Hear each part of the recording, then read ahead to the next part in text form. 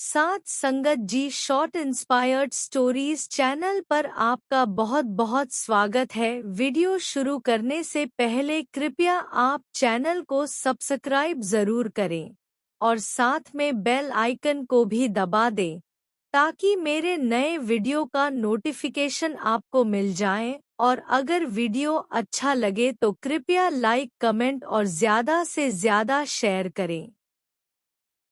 अब देर ना करते हुए आज की कहानी शुरू करते हैं। साथ संगत जी, क्या भाग्य में लिखा कभी मिट सकता है? आज की इस सुंदर कहानी में आपको पता चलेगा कि जो कुछ भी हमारे जन्म से पहले लिखा जा चुका होता है, क्या उसको मिटाया जा सकता है? अगर आप यह सब कुछ जानना चाहते हैं तो इस सुंदर कहानी को कृपया अंत तक जरूर सुने। अब देर ना करते हुए कहानी शुरू करते हैं।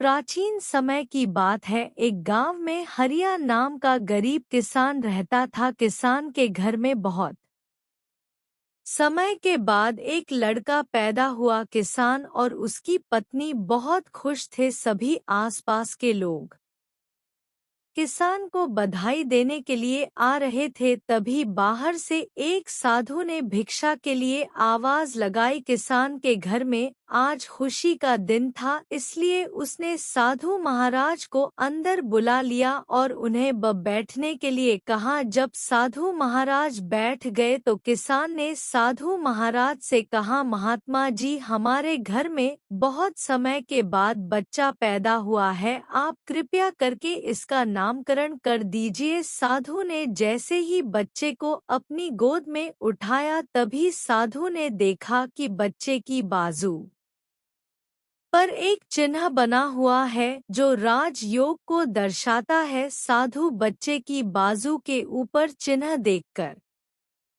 हैरान रह गया। किसान ने जब साधु को हैरान परेशान देखा तो उसने कहा, महात्मा जी, क्या बात है, आप इतना परेशान क्यों नजर आ रहे हो? साधु ने कहा, बेटा, मैं परेशान नहीं हूँ, बल्कि मैं तो बहुत खुश हूँ क्योंकि तुम्हारा बेटा बहुत किस्मत वाला है। तुम्हारे बेटे की किस्मत में राजयोग लिखा है। किसान ने कहा, महात्मा जी, मैं आपकी बात समझा नहीं, आप क्या कहना चाहते हो? साधु ने कहा, बेटा, तुम्हारा पुत्र एक दिन राजा बनेगा। इसका विवाह 14 वर्ष की आयु में इस राज्य की राजकुमारी के साथ होगा और फिर यह इस नगर का राजा बन जाएगा। साधु की बात सुनकर हरिया बहुत खुश हुआ। जब गांव के लोगों को पता चला कि हरिया का बेटा एक दिन इस नगर का राजा बनेगा तो सभी लोग उसको देखने के लिए आने लगे।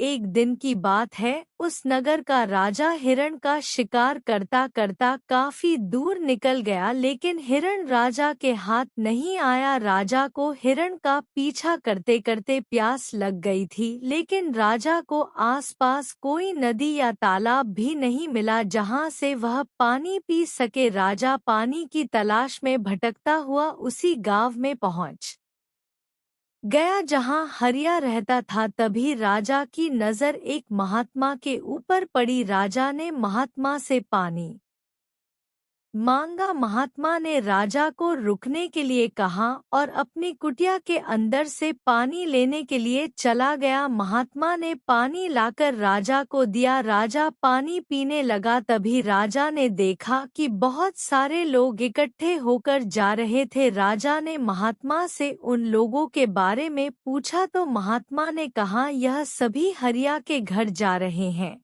क्योंकि उसके घर में एक बहुत ही किस्मत वाला बच्चा पैदा हुआ है और एक साधु ने उसके बारे में भविष्यवाणी की है। राजा ने पूछा, बाबा, ऐसी कौन सी भविष्यवाणी की है जिसके कारण सभी लोग वहां जा रहे हैं? महात्मा ने कहा, साधु बाबा ने बताया है कि जब हरिया का बेटा 14 साल का होगा तो उसका विवाह इस राज्य के राजा की पुत्री के साथ होगा और उसका पुत्र इस राज्य का राजा बनेगा। महात्मा की बात सुनकर राजा को बहुत गुस्सा आया कि आखिर एक मामूली किसान का बेटा उसकी पुत्री के साथ विवाह कैसे कर सकता है। राजा ने महात्मा से कहा, महात्मा जी, मैं ही इस राज्य का राजा हूँ और आप क्या सोचते हो, एक मामूली किसान के बेटे के साथ मैं अपनी बेटी की शादी कर दूंगा। महात्मा ने कहा, राजन, जो इस बच्चे के भाग्य में लिखा है उसे कोई नहीं मिटा सकता। राजा को अपनी ताकत पर बहुत घमंड था। उसने कहा, महात्मा जी, मैं भगवान का लिखा हुआ आपको मिटाकर दिखाऊंगा। महात्मा ने मुस्कुराते हुए कहा, राजन, मैं भी यही हूँ और आप भी यही है, देखते हैं। राजा ने महात्मा को प्रणाम किया और वापस अपने राजमहल चला गया। अगले दिन राजा अपना वेश बदलकर हरिया के गांव में पहुंच गया। लोगों से पूछता पूछता राजा हरिया के घर पहुंचा। राजा ने हरिया के घर के बाहर जाकर उसे आवाज लगाई। हरिया उसकी आवाज सुनकर घर से बाहर आया और उससे पूछा, आप कौन हो और किस लिए आए हो। राजा ने कहा, मैं सेठ किरोड़ीमल हूँ और पास के ही गांव में रहता हूँ।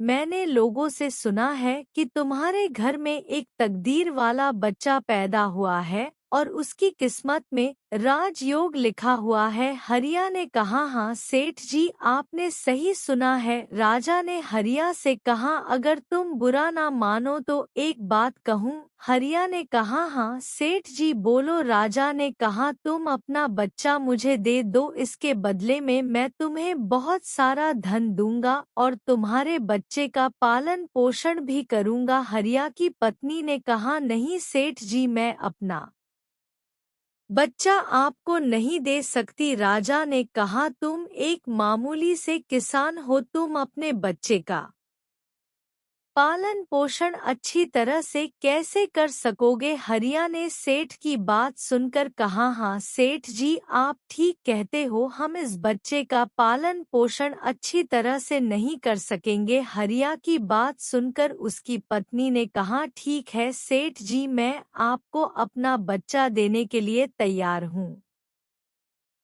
लेकिन जब यह 14 साल का हो जाएगा तब आप मुझे इसे वापस कर दोगे। राजा ने कहा, हाँ ठीक है, जब तुम्हारा बच्चा 14 वर्ष का हो जाएगा तो मैं इसे तुम्हें वापस कर दूंगा। यह कहकर राजा ने बच्चे को ले लिया और वहां से चला गया। राजा बच्चे को लेकर एक नदी पर पहुंचा। राजा ने सोचा था कि वह बच्चे का गला दबाकर मार देगा और उसकी लाश को नदी में बहा देगा, लेकिन बच्चे का मासूम चेहरा देखकर उसकी गला दबाने की हिम्मत नहीं हुई। बहुत सोचने के बाद राजा ने लकड़ी का एक संदूक लिया और बच्चे को संदूक में बंद करके पानी में बहा दिया। राजा ने सोचा, संदूक गहरी नदी में जाकर अपने आप ही डूब जाएगा और यह बच्चा मर जाएगा। यह सोचकर राजा अब निश्चित होकर वापस राजमहल में चला गया कि अब यह बच्चा वापस नहीं आएगा और मेरी बेटी के साथ इसकी शादी भी नहीं होगी। मैंने भाग्य का लिखा हुआ मिटा दिया। उधर वह संदूक बहता हुआ एक नदी के किनारे पर पहुंचा, जहां पर एक धनवान सेठ सूर्य देवता को जल चढ़ा रहा था। उस सेठ ने जब संदूक को खोलकर देखा तो उसके अंदर एक बच्चे को देखकर वह हैरान हो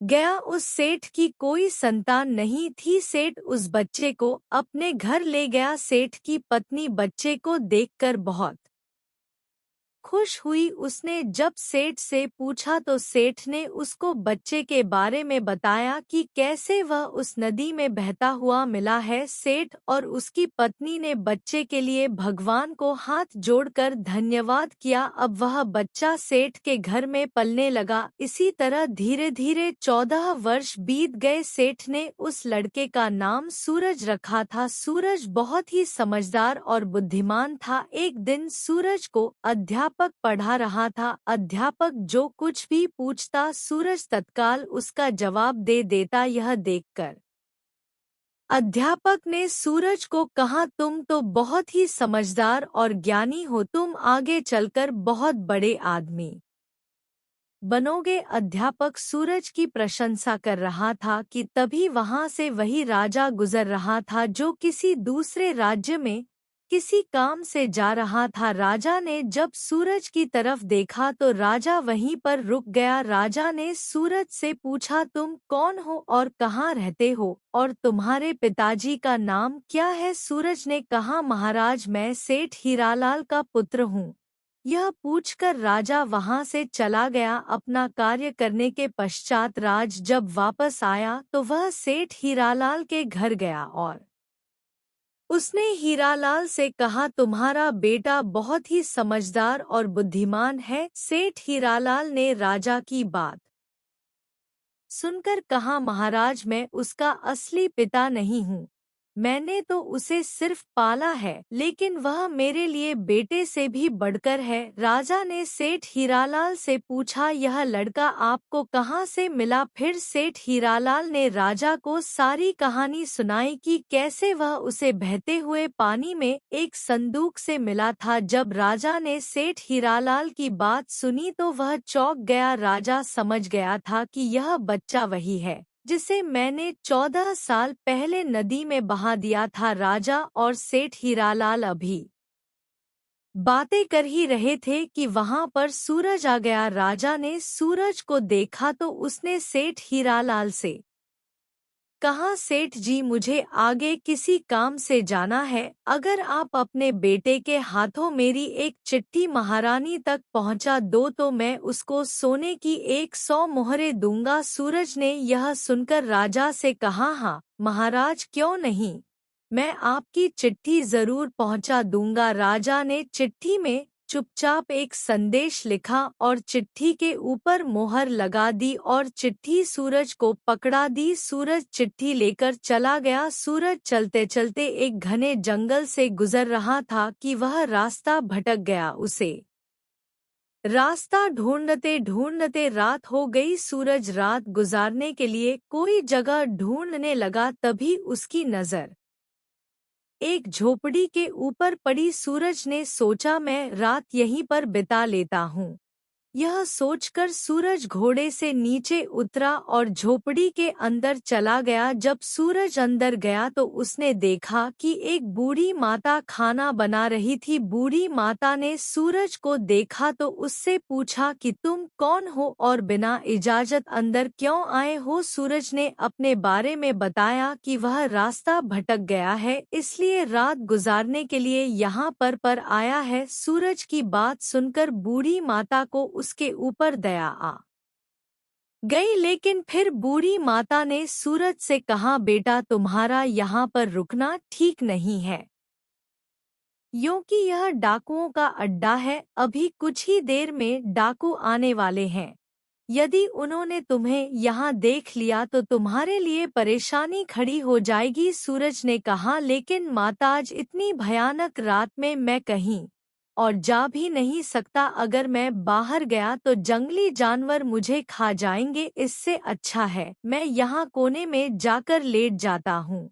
यह कहकर सूरज कोने में जाकर लेट गया। कुछ समय के बाद डाकू अपने घर वापस आए। डाकुओं ने जब सूरज को देखा तो बूढ़ी माता से उसके बारे में पूछा। बूढ़ी माता ने उनको बताया कि इसका का नाम सूरज है। यह बहुत ही नेक दिल बच्चा है और यह राजा के काम से राजमहल जा रहा है। जब डाकुओं ने यह सुना तो उन्हें कुछ संदेह हुआ। वह राजा की हरकतों के बारे में जानते थे, इसलिए उन्होंने सूरज की जेब से चिट्ठी निकाली और उसे पढ़ने लगे। जैसे ही डाकुओं ने वह चिट्ठी पढ़ी तो वह सब समझ गए। बूढ़ी माता ने उनसे पूछा, चिट्ठी में क्या लिखा है? उनमें से एक डाकू ने बताया कि चिट्ठी में लिखा है कि जैसे ही यह लड़का तुम्हारे पास पहुँचे, इसको उसी समय मरवा कर कहीं दूर दफना देना। यह काम मेरे पहुँचने से पहले हो जाना चाहिए। बूढ़ी माता ने जब यह बात सुनी तो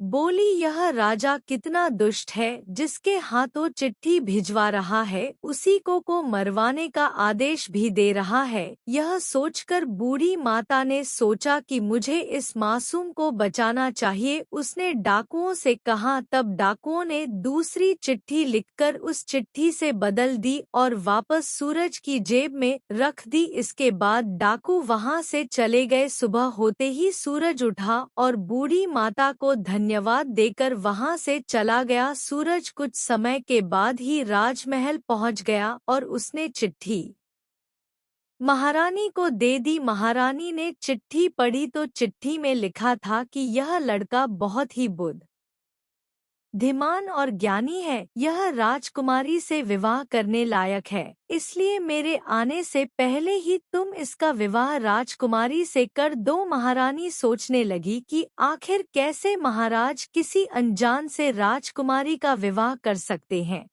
लेकिन फिर उसने देखा कि चिट्ठी पर राजा की मोहर भी लगी हुई थी, इसलिए यह लड़का झूठ नहीं बोल सकता। यह सोचकर महारानी ने राजकुमारी का विवाह उस युवक से कर दिया। कुछ दिनों के बाद जब राजा वापस आया तो उसे पता लगा कि उसकी पुत्री का विवाह उसी युवक से हो गया है। यह सुनते ही राजा गुस्से से आग बबूला हो गया। उसने महारानी से पूछा, तुमने यह सब क्यों किया? तब महारानी ने बताया कि महाराज, जैसा कि आपने चिट्ठी में लिखा था मैंने वैसा ही किया है। राजा ने महारानी को चिट्ठी दिखाने के लिए कहा। जब महारानी ने चिट्ठी दिखाई तो राजा ने चिट्ठी में कुछ और ही लिखा पाया। यह देखकर राजा ने गुस्से में सैनिकों को कहा, जाओ और जाकर सूरज को पकड़ कर लाओ। सैनिक तुरंत गए और सूरज को पकड़ कर ले आए। राजा ने गुस्से में सूरज से कहा, तुमने धोखे से मेरी पुत्री के साथ विवाह तो कर लिया, लेकिन मैं तुम्हें अपना दामाद स्वीकार नहीं करूंगा। सूरज ने राजा की बात सुनकर कहा, लेकिन महाराज, मैंने तो आपके साथ कोई धोखा नहीं किया है। राजा ने सूरज की बात सुनकर कहा, तुम मुझे भी बेवकूफ बनाना चाहते हो, लेकिन मैं तुम्हें अपना दामाद स्वीकार नहीं करूंगा। अभी दोनों की बात चल ही रही थी कि एक सैनिक ने आकर राजा से कहा, महाराज, बाहर एक महात्मा आए हैं, वह आपसे इसी समय मिलना चाहते हैं।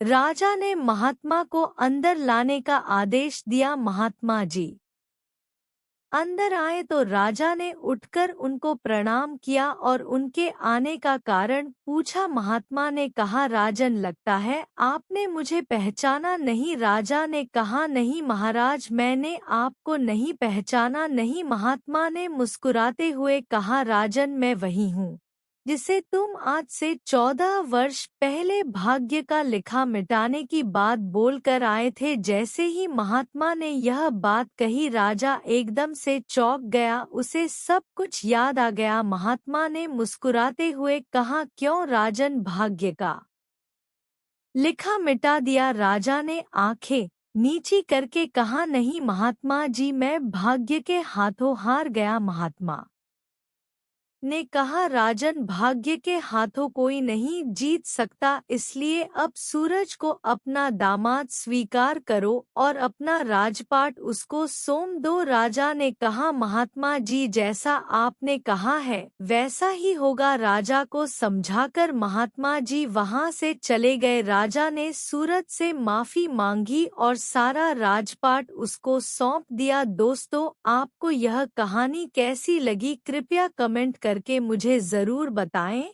और चैनल को सब्सक्राइब और कहानी को शेयर जरूर करें।